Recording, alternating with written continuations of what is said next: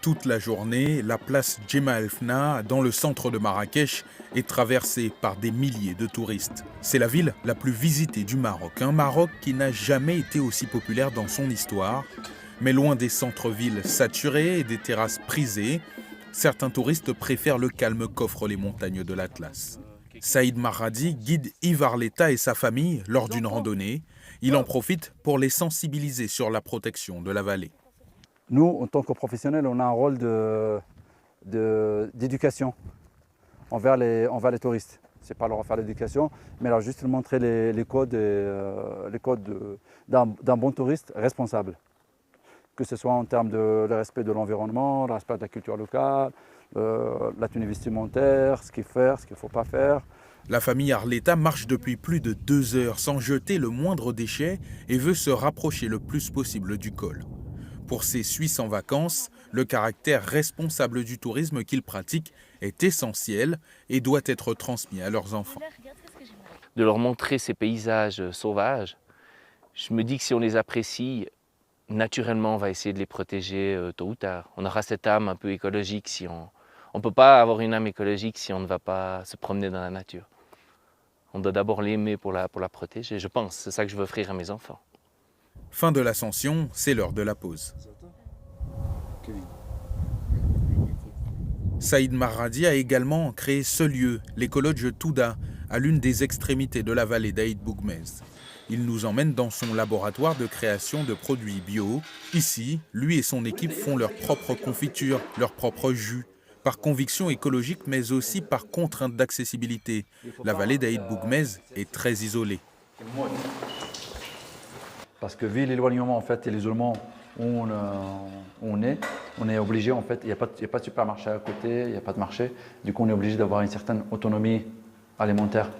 Du coup, ça rentre dans cette politique d'autonomie alimentaire.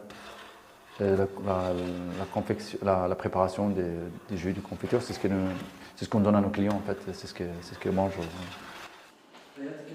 Le propriétaire du gîte se mue de nouveau en guide et accompagne la famille Arletta dans un musée qu'il a créé dans le village où est situé l'écolodge. Ici, les objets de la vie quotidienne des populations de la région sont exposés. L'objectif, inciter les touristes à davantage considérer les traditions de la région. Et en prime, quelques explications sur les techniques d'élevage local sont données. La bête la plus forte, elle est à l'extérieur parce que c'est elle qui fait le grand tour.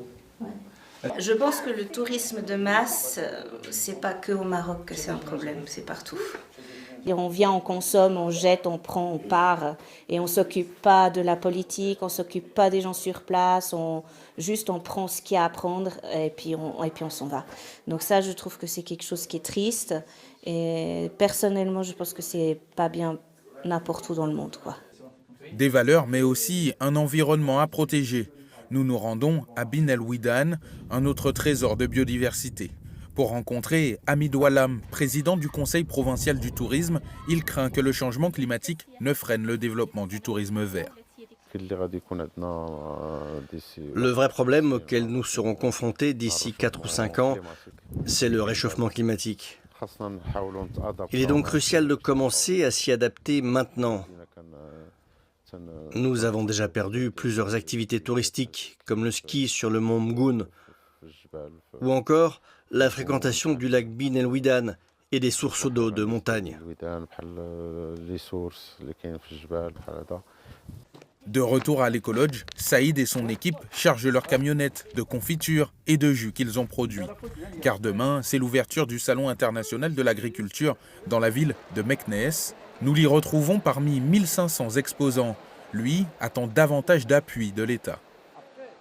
Les tendances politiques vont vers le tourisme de masse. C'est ça qui ramène la devise. Malgré un discours qui dit qu'on prend le tourisme durable et responsable, sur le terrain, il n'y a pas trop de soutien. Le Maroc a accueilli plus de 17 millions de touristes internationaux l'année dernière, mais ne compte pas s'arrêter là.